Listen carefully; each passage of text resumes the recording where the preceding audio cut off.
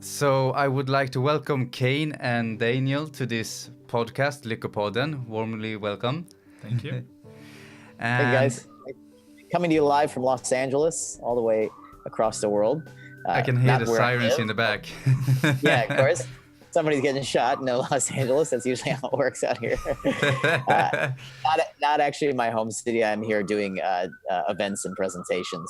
Actually live between Silicon Valley and San Francisco and Italy over there in Europe. So I just happen to be on the road here. So thanks for having me. It's nice to have you here. One of my first questions is, how did you become interested in what you're doing right now? So it's funny that you ask interested. So I think the word I would use is probably more obsessed. And I've been obsessed for a long time. My wife, Alessia, and I, who teach together around the planet, I think, although we met 5 years ago, when we met, we felt like we had known each other for lifetimes because we had very similar obsessions and very similar patterns of our life. And I think that we're both obsessed with one term, which is the word is excellence. And another way of saying it is extraordinary. You know, people say live an extraordinary life, but they just say it. You know, these terms get thrown around all the time. Be extraordinary, be unstoppable, be a master, excellence.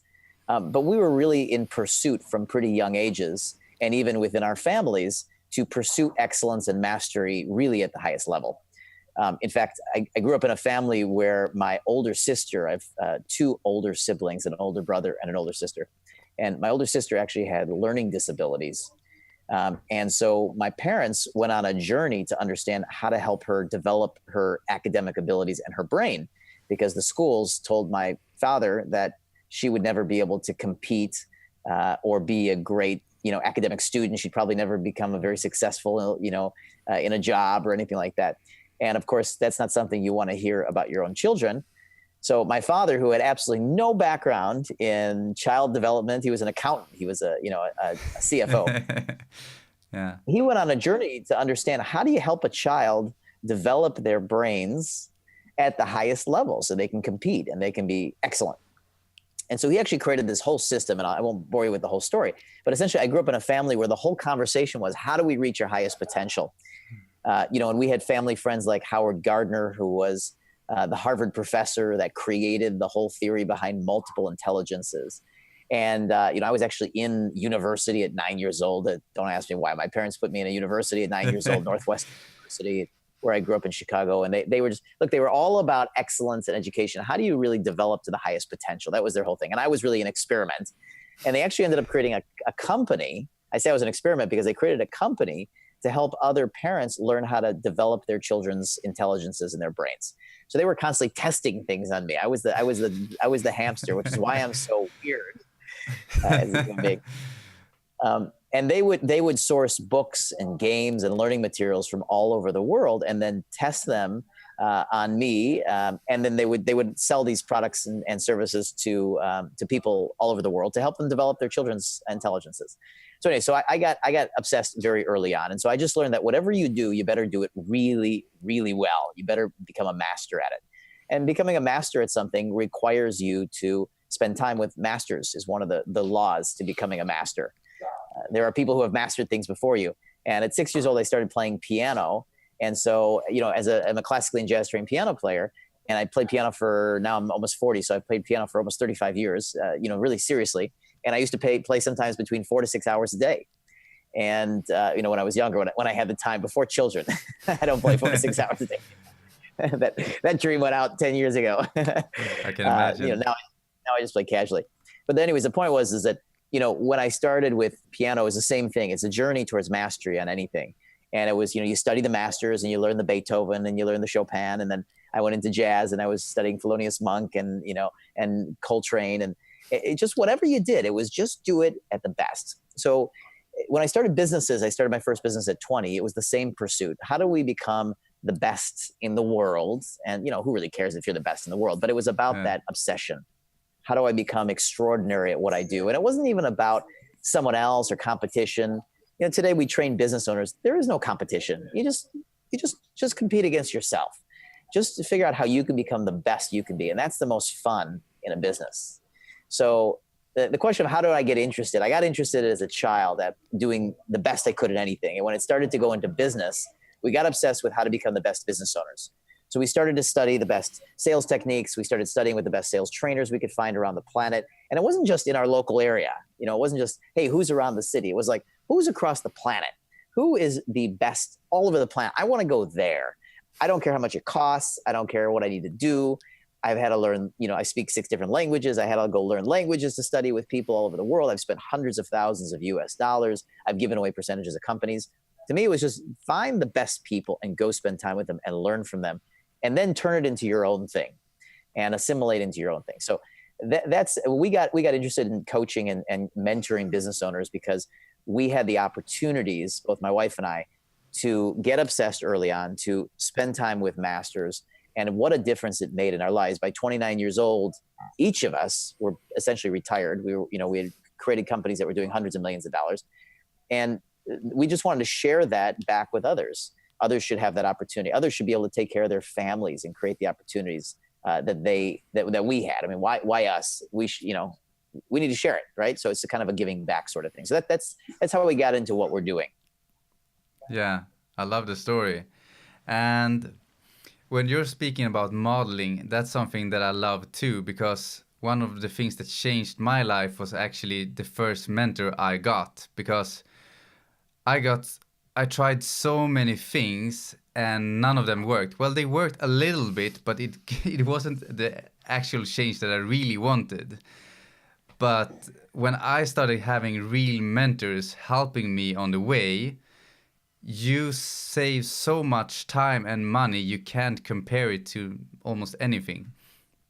Yeah. Absolutely. And trying to figure things out on your own, which these days has become a bit more of a masculine quality. We're notorious for not asking for directions. I remember I was in Lausanne, Switzerland. I was leading some trainings and events there with a couple of hundred business owners there. And we finished the event, and one of my crew says, let's go get lunch at the Beau Rivage, which is a beautiful castle in Lausanne.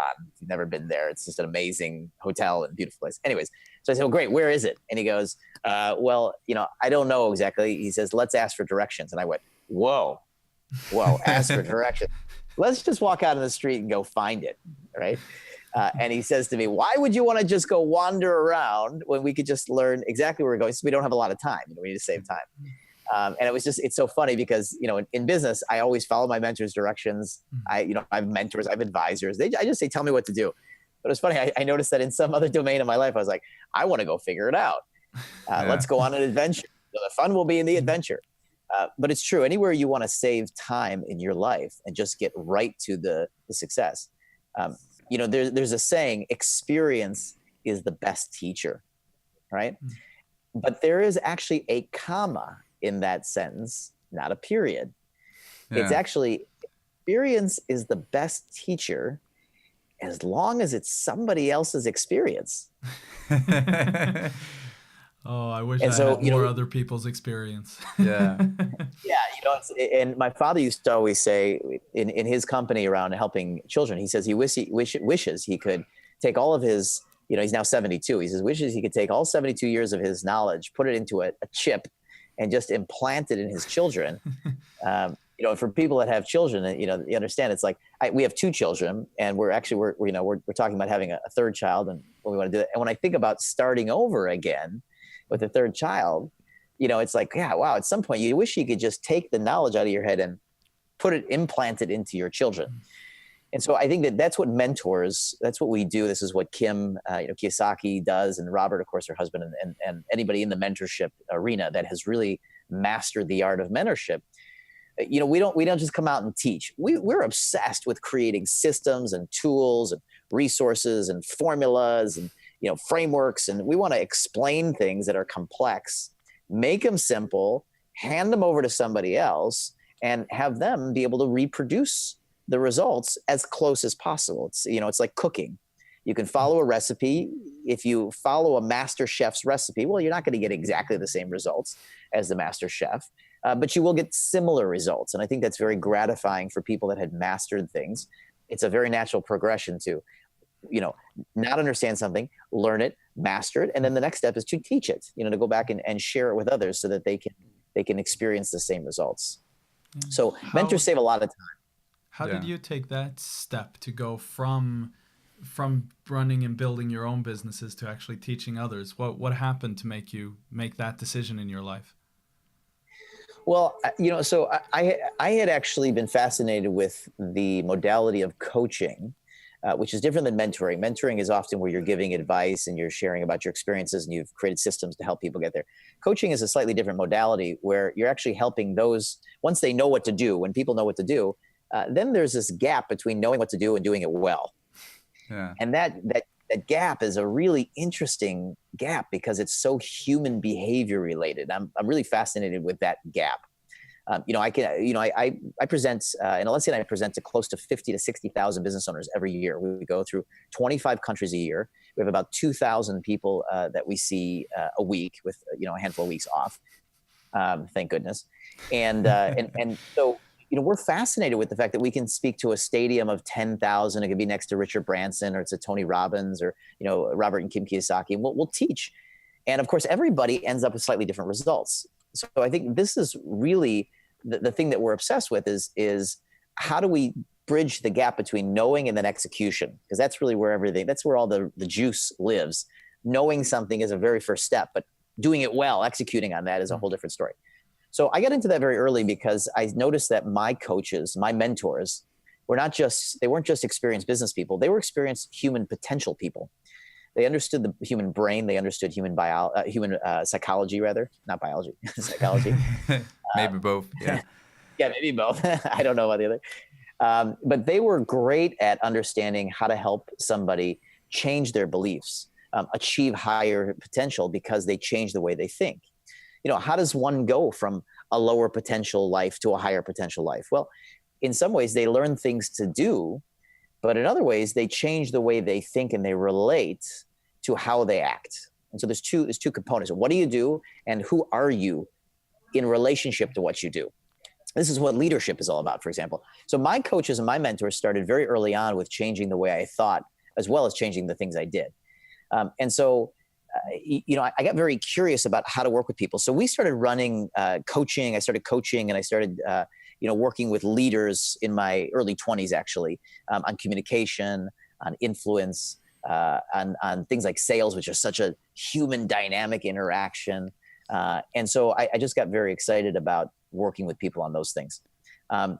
As I actually turned it into a profession at about 29 years old, I'd started about 24 different companies by that point throughout my 20s. I had 7 companies that were paying me hundreds of thousands of dollars, whether I showed up to them to work or not. Okay, we were worth tens of millions of dollars at that point. So the way I actually got started teaching is my friends just said to me, how the hell did you do that so fast? And I said, well, look, I'd like to claim all the credit and say I'm, Mr. Smart and everything, but that wasn't true. I just had great mentors. I had lots of them. And I really listened to other people. I wanted to hear the people who were successful. And I didn't just listen to them. I didn't just go to lectures or read their books. I did that as well. But then I engaged them. I said, look, I need some private time with you. I need some time in your trainings, in your mentorship. I need to spend time in groups with you. I just need to be around you. And I would staple myself to these mentors for months or years or however long I could, whether it was, feasible for me or feasible for them. And I would spend sometimes years. I've been doing this for 20 years with mentors. Some of my mentors, I've been around 12, 15 years. Some of them I've been around for 6 months. Some of them I've been around for a year, just as much time as I could spend watching them, modeling them, seeing what they're doing, understanding every little detail, because success is in the details. There's a lot of intelligent people out there, highly educated, lovely people in the world, but they're having different levels of success based upon the details. And so I like to really model and sit around and watch somebody do their trade, do their mastery. I like to watch a piano player play and watch their fingers and see everything they're doing and then ask them, why did they choose a sensitivity there? And, I like to talk to Kim and understand exactly what choices is she making, or why is she writing this book, or what choice is she making around the market, or I want to know every master's details. Yeah. And then we turn that into systems and we train that, we teach that to others. What I like about you also is that from last time we met is that you also know so much about the psychology to help people with their mental blockages and their emotions that is preventing them in the gap between knowing and doing. And you can actually help people at that deeper level too. Yeah, well, and that was kind of the the sea I swam in growing up. You know, my parents were all about human development, psychology, consciousness, awareness, intellect, and intelligence. So, I just started from scratch, understanding what is somebody's intelligence. How do we increase their intelligence? How do we increase their consciousness? How do we shift and change their perspective? And as we turned that into business modalities, it became conversations like, how do we help somebody understand how to relate to value, how to relate to money, how to relate to influence or rejection or resistance? How do they craft up a concept, a value proposition, and share it with somebody so people get excited? What do people get excited about? And so we just started applying all those dynamics to human behavior in business because it's fun. I mean, what I like about business is there's two things. One is a business is about helping people. So everything that you do in business is about helping people solve problems. And I just find that very gratifying. It's just very nice. And two is when you help people, you make money. So, hey, what a nice combination of helping people and making money. So I loved applying psychology and human behavior to business because it ultimately allowed us to help more people and of course make more money, which allows us also to help more people. Because if there's an earthquake in Italy like there was, and we want to help people and send things, and we do. If there's hurricanes in Texas, in Florida right now going on in America, people are having huge problems. So if you want to help, you need to have the resources. And so we wanted to be able to do that. And that's why we chose that route. We could have done it with relationships. We could be coaching people on their relationship. We could be coaching people on their health, right? But we just chose business because that's an area we really understand and we love it. So, yeah. But I think it all expands to, so if you have one level that you expand at and you increase your potential at that level, at least if you're learning the psychology which you are teaching, that could expand to other levels too. But if you only take the trade as it is, if you teach something, but you don't take the psychology with it, then it doesn't increase as much in other levels of life. But if you take the psychology with it, you can expand your health, your wealth, your relationships, your happiness, all the levels at the same time. Yeah. So we really don't teach mindset. We actually just apply it. We just change people's minds. We used to teach it. I mean, 15 years ago, I started at 20 years old. I started leading seminars for a very prominent, a very internationally known transformational company, a leadership company, a mindset company.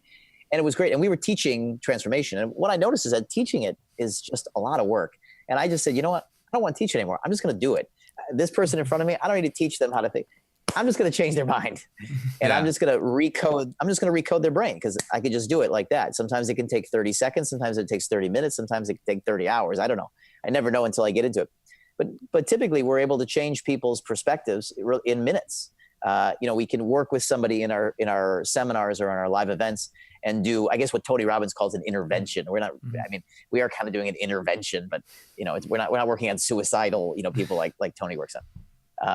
Unless their businesses are really bad, which is good. But we're working on people. You did that at the last event in Sweden, and it was amazing to see it live. Because it's one thing to hear you say, I reprogram someone's mind, but when we actually saw you do it, that was pretty amazing. And I've seen it personal too, and I can see, since I know a lot of psychology myself, I understand what you're doing without you explaining it, and I know how much it helps people. Yeah. And it's a matter of opening up perspectives. And I don't want it to sound like we're getting inside people, we're recoding their brains, Okay, but it's the same thing. Spending years around Tony Robbins, and I've studied neurolinguistics for 20 years. I studied human potential. So look, this is about opening up a place in somebody's perspective or consciousness for them to see a new opportunity or new possibilities that they didn't see before. And what that does is it gives them new choices. So we're really just helping people take a step towards something that they want. So it's not like we're controlled. There's no mind control. I don't believe in mind control. I don't think you can do that. I think that part of somebody says, I want something, but I feel stuck. And that's why they show up. They say, I want a greater life, or there's something more specific. I want to be able to get more clients. I want more visibility. But there's something much deeper than branding. When Alessia and I work with our students, when they say, I want to get more visibility, I want to be I need to build my brand. Well, hey, so what? So read a book on branding and go do it. But of course, no, you can't do that. If everybody could just read a book or watch a YouTube video and become a world famous brand, then everybody would do it. And so it's about understanding and assimilating and then executing. And what we've noticed is that, for example, when somebody is having a hard time building a brand, or they haven't built a brand, they have some core relationship to visibility and being seen and who their identity is in the world that's not allowing them to achieve the visibility that they want. So I can teach anybody how to just go brand themselves. And we've created great systems, and we do teach that. We teach systems. We won awards all over the world for our systems. But that in itself is not enough. And so what we work with people on, when I talk to them and I'm in the conversation about branding, for example, just one conversation of hundreds that we have, I'm listening a lot more to what is their relationship to being visible? What is their relationship to their confidence around who they are? How are they representing and presenting themselves? What is their identity in the world? Are they comfortable with creating or having an identity at a top level? And, funny enough, in Sweden, we always hear, well, you can't say you're the best here. It's against the law to say you're number one. Yeah. Verbatim, someone said that. Yeah. yeah. Verbatim, right? It's against the law to say you're number one. And it's like, okay, who cares if you say you're number one? Who really cares if you are number one? I mean, who is number one? Nobody knows. So it's more about a willingness to say I'm extraordinary, right? So I've never cared about saying I'm number one or I'm the best. I mean, we've used some of those things in our branding over the years, but the media, when we do the media is always, it's just the easiest default. We're called the number one global business coaches in the world. Well, I don't really care if we're number one. I care if we're extraordinary at what we do. Mm-hmm. And so I don't care if somebody wants to call themselves number one. I just want them to stand up, put on a website, be at a presentation, be on a video, and say, I am excellent at what I do, and I would like to help you. But there's a lot in people's way between being willing to say they're extraordinary. There's so much in their way. And for example, not even just to move out of Europe, in Asia, I do, Alessia and I teach in 12 countries throughout Asia, from Japan in the north all the way down, all the way through South Korea and the Philippines and Hong Kong and Malaysia and Taiwan and Singapore, all these places, Thailand and that. And if I ask in Asia, raise your hand if you're really good at what you do, if you're excellent at what you do, almost nobody in Asia will raise their hand. Mm-hmm. Out of humility, being humble, which is beautiful as an essence, but it doesn't help grow your business, because people want to go to the best. And if you can't say, I'm awesome, I'm incredible, I could be the best, maybe I am the best. In fact, I'm just going to say I'm the best. If you can't get somewhere around that ballpark or somewhere around that range of communicating to a market, then they are going to go elsewhere. Because if you just go, well, yeah, I'm pretty good. Yeah. They don't want pretty good. They want the best. You want to go out for the best meal that you can have today. You want to drive the best car that you can get it. Now, whether people can afford it or not is a whole nother conversation, but this becomes a conversation around people raising the bar on who they are. But, that's a whole nother conversation. So the essence of what we go through in our business training and our students is that they are trained to start to change their relationship to themselves and their relationship to the world. And so Alessia and I work with them on not only what to do, how to do Facebook ads, marketing funnels, all the classic things that everybody wants to learn today, but also how do they think? Because if their positioning in their ad is off, nobody will click. If their positioning and their communication is not compelling enough on their landing pages, nobody will register or opt in for their stuff. And so this is the kind of work that we go, it's more deep. And this is why I think we've become pretty famous around the planet, is going into the deep work of what business owners need. So. Yeah. Well, I loved when you were here in Stockholm, just how you and Alessia kind of complement each other, and how you'll reach certain people and how she'll reach a completely different type, and really get these feelings and these issues out there so you can work on them right there in the room. Yeah. Well, so Alessia is brilliant. So first of all, she's Italian. I'm American, so I've got that very, American sort of thing. And I'm actually a trained entertainer. I love entertainment. I've studied, I grew up in a city called Chicago, for anybody who's not familiar with maybe the cities out here. And Chicago is, it's the #1 city for comedy in America. We have more comedy clubs than any other city in America. So I grew up around a lot of comedy and comedians, and I'm always surprised, or though not surprised, to find out all these great comedians that I love and I listen to. You can kind of trace their roots back to Chicago. Robin Williams, for example, God rest his soul, was from Chicago. I just went and saw Jim Gaffigan, who's a very funny comedian, maybe a little bit more well-known in America. I mean, puts, stadiums together of 3,000 and 6,000 for comedy. From Chicago, Jim Belushi, Steve Martin, all these people came from Chicago. So since I was also very little, I was always into studying entertainment and performance and comedy. Alessia is quite the opposite. She came from Italy, where that wasn't it wasn't so much in that, and she's so dynamic in such a different and opposite way, which is so fun to see, because the complementation of, she's very refined. I was not very refined. I didn't dress this nice before I met Dawn. Right? You marry an Italian woman, and suddenly your whole wardrobe changes, and you become much more refined, which is, thank goodness for that. So she's this very refined, Italian woman, and she got pulled into a family business at 19 years old. Her father and her mother started a tourism company, which became a very big tourism company in Italy. It was called Future Viaggi. And at 19 years old, her father had a heart attack because he was working around the clock, 7 days a week. He would work and sleep 3-4 hours a night. He was also chain smoking. He didn't have very healthy habits. And so at 19, she found herself being pulled into the family business because her father, who was the CEO and running this company with 80 staff at that time, had a heart attack. And the doctor said to him, "You got to be in bed for the next 6 months. If you work like this, you're going to kill yourself." So everybody in the business said, "Well, what are we going to do now?" Her father, Gianni, they said, "Gianni's now sick. Who's going to lead the company?" And so at 19 years old, as you are naive at 19, and you go, "Hey, I can do anything," right? He said, "I'll do it." And so she basically dropped out of school and started running the family business. And she learned very quickly that it was not as easy as it looked. And the business started tanking. And, she started taking this, I think they were doing 10 or 15 million euro a year at that time. And it started slowly going like that. And she says, "Wow, I need some help." And so what she did is she actually started to bring on mentors. And I'll let her tell her story at the upcoming event, because we're excited. We're going to be at the event here with Kim Kiyosaki coming up in October. And I don't want to steal her great stories. But anyways, she got pulled into it, and of course she had to turn around, which she did, and she brought on a lot of mentors to help her and advisors to really help understand.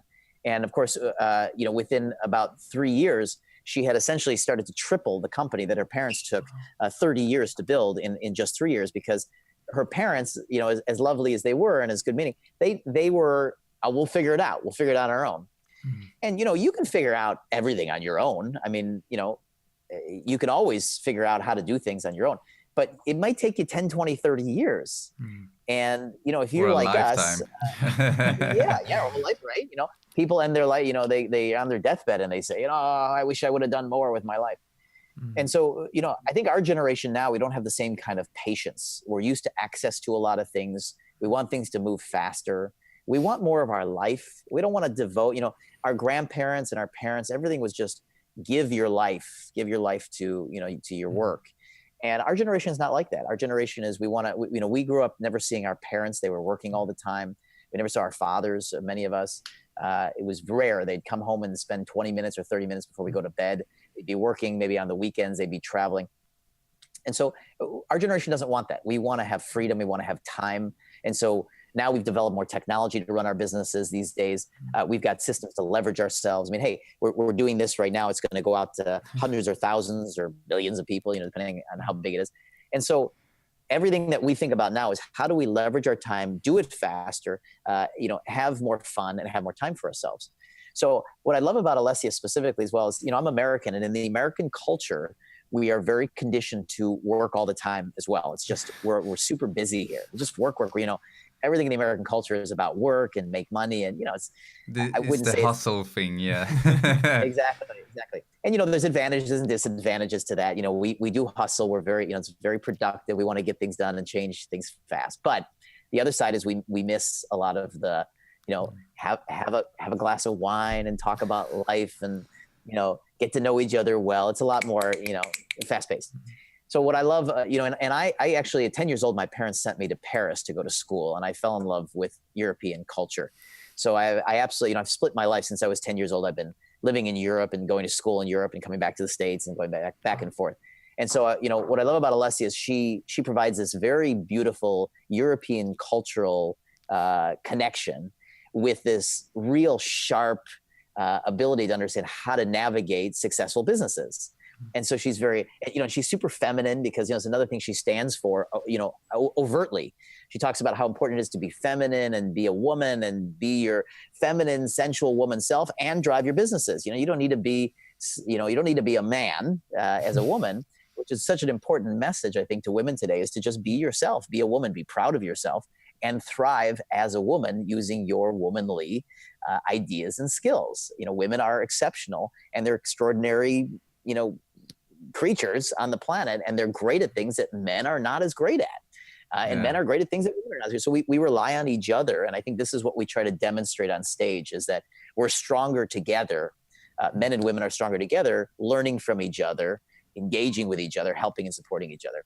So what I love about her, she adds this incredible feminine element, and she's so successful and so good at things like sales and negotiating partnership deals and influencing people, and she's just brilliant at it. So it's great. It's fun to work together, and I love supporting her. And you want to talk about incredible acceleration. Yeah. 5 years ago when I met her, she didn't even speak any English.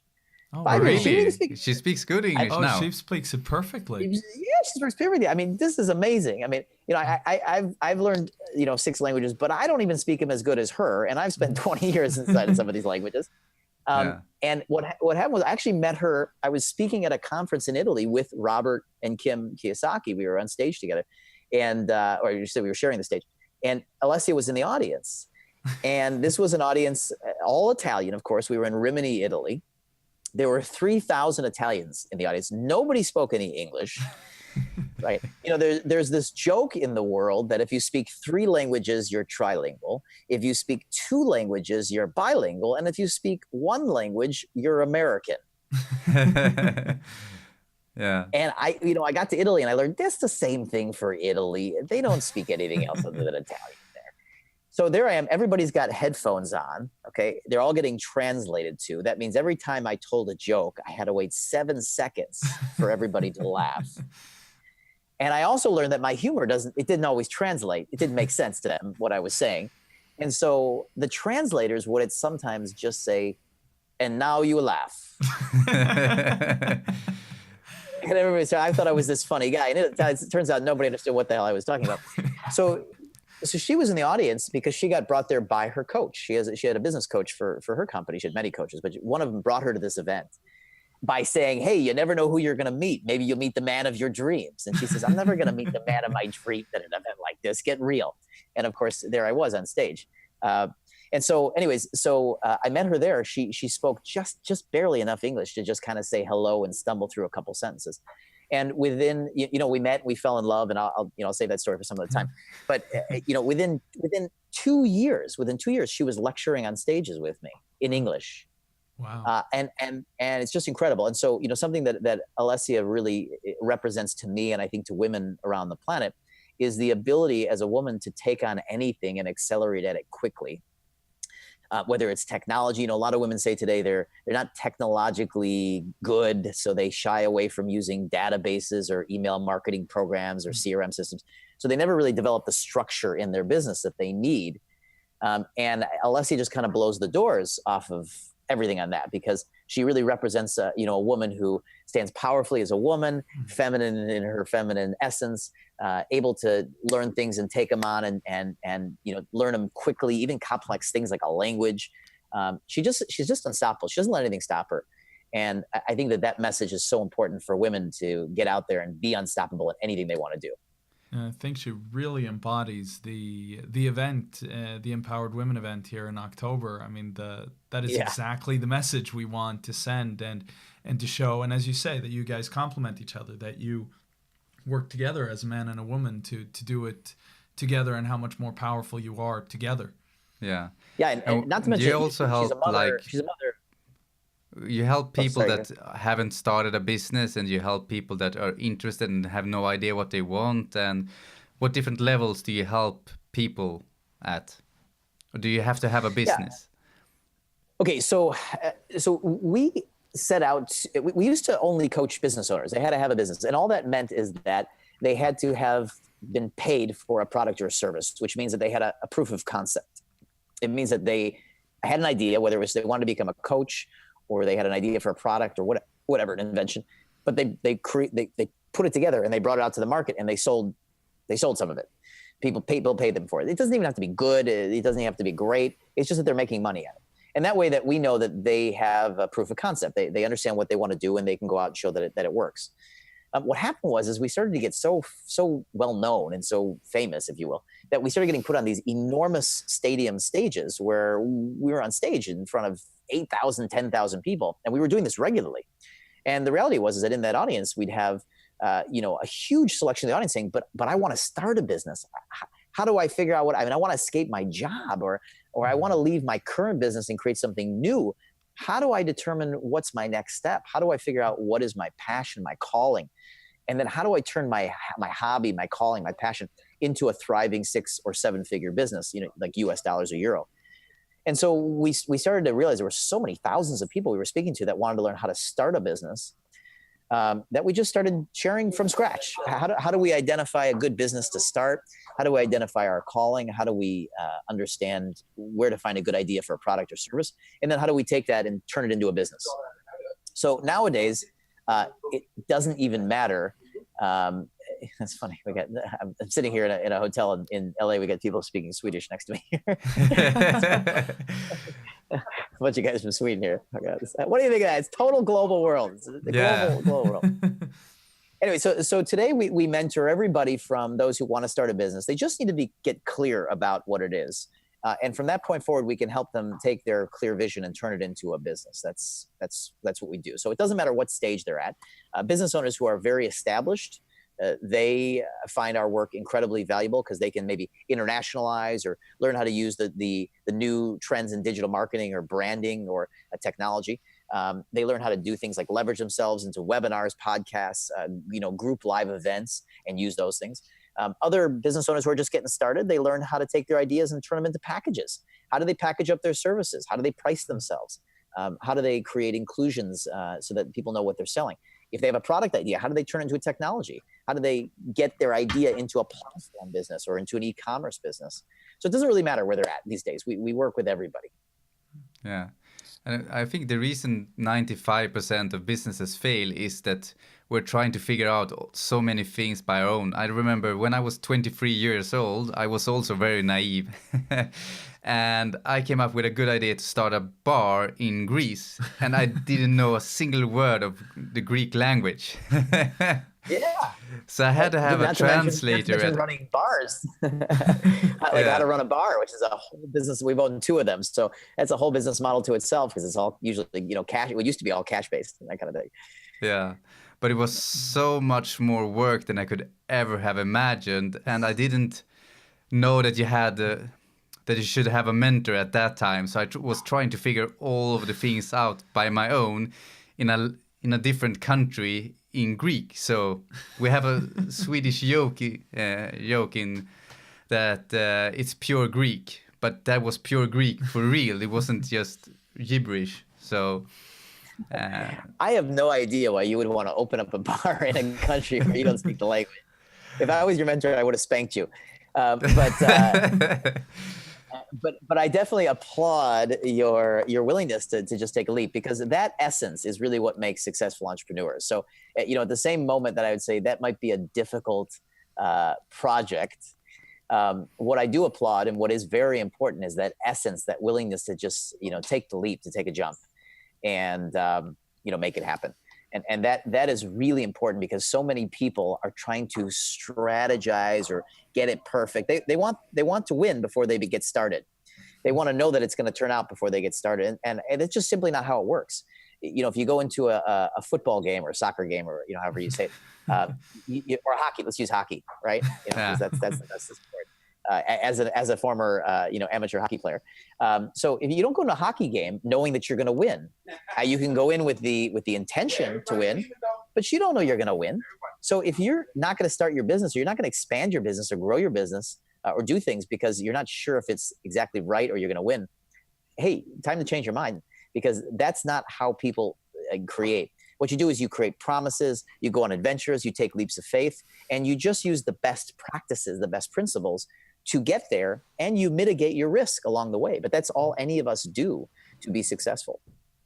Yeah. It's like using Google Maps instead of you just running out of the hotel to try to find the restaurant. That's right. Yeah. That's right. It's a great metaphor. And, you know, just because you're using maps, it doesn't mean there's not going to be an accident along the way that you're going to have to navigate around. Not meaning you'll be in an accident, but, you know, you may use the Google Maps and find that you end up in a traffic jam anyways. Right. So it's just about having the best tools, and then you have to navigate every challenge, but you can't expect it to be, you can't go into it saying, I'm only going to get started when I know I'm going to win. That's ridiculous. It doesn't happen. And this is what stops a lot of people from getting started. Yeah. I also think when we're over planning, we're trying to figure out the right way before we know it. For example, if I would plan, the way my life looks today is so much different compared to a couple of years ago. But I couldn't even have planned the life I'm living because I didn't know things like what I'm doing today didn't even existed. So how could I be planning something that wasn't existing right back then? And this is the two very important behaviors and an essence that a business owner has to have. One is they have to be able to anticipate. Okay, so anticipation is very important. Observing where things are headed and heading in that direction. You know, we just had an amazing student in one of our last events. His name is Peter Forsberg. He's one of the best all-time hockey players, right? And he just attended our last event when we were in Stockholm. It was just a really beautiful, just a very sweet man. And him and his wife were there. And of course, now we're working with them and mentoring them on their businesses. But, you know, Peter would always say, you don't go to where the puck is going. You go to where the puck is going to be. You don't chase the puck. You go to where the puck's going to go, and you have to go to where you have to anticipate where the puck is going to go and put yourself there to receive the puck in hockey. And it's such an important aspect. And I think it's one of the things that makes him also a great business owner, is that he's constantly anticipating where his business is heading, where the market is heading. And one of the reasons he came to an event like ours is because he understands as a business owner, even though he's an incredibly successful, hockey player, if he wants to be a great business owner, he needs to continue to find great coaches. Just as a great hockey player, he was always having great coaches, great mentors. That, you know, this is what you do as a professional athlete. You don't just do it once or twice. You're constantly around great coaches, great players. You're constantly looking to stay at the top of your game. And so he understood, and I think all great people understand, which is interesting because it's always the people that are struggling that don't quite get this concept. But the great people, they're always looking for more great people to be around. The struggling people are always saying, oh, I'll figure it out on my own. I'm going to figure it out. So you got to get yourself to places where there's great people. You got to engage with them. Get yourself to conferences and seminars where there are mentors. Go be by them. You must be by them. The top athlete CEOs and business owners, if you just watch what they do and you do some of that, and that will show you that they understand you must be around great people. And at the upcoming event here in Stockholm, we're going to have an audience of great people you're going to be able to network with. You're going to create partners. You're going to meet people that can become customers and clients. I mean, even if you slept through the lectures, which you shouldn't, but even if you did, and you just use the event to network and get to meet people, you're going to meet incredible people. I've never been to Sweden. It'll be our fourth year we've been coming to Sweden. And också, jag pratar svenska också. Not good enough to do this interview. But actually, you know, my ex-wife is from Sweden. We have a son together, and so we speak Swedish in the house. And I used to live actually in Ängelholm. I used to stay in Vebystrand in the summers. So I've been coming to Sweden for 10 years, you know, and being in the culture and having the fisk and patati, you know, all the time, you know. enjoying the incredible life of Sweden, because Sweden's an amazing country. And I've never, ever come to Sweden for business and just not met incredible people, whether I'm giving an event, whether I'm attending an event.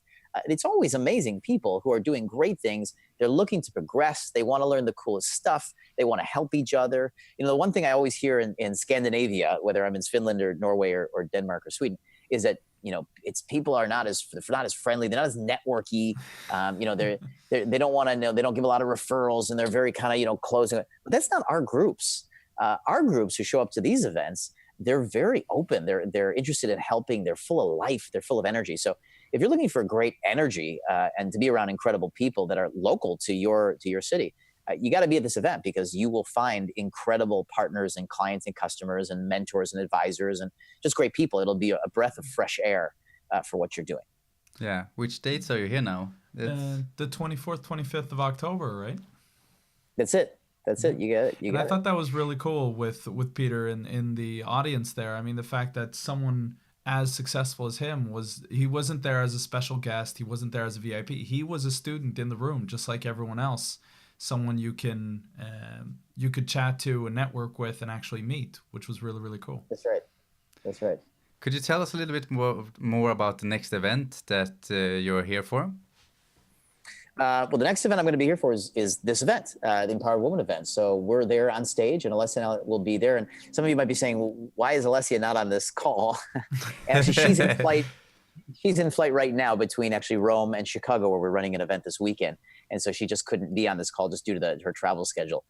So, I would have loved for her to be here. But you'll meet her in person at the event. Her and I will be on stage together, presenting and sharing. And it'll be our pleasure to be there and support and share our systems and our techniques. Yeah.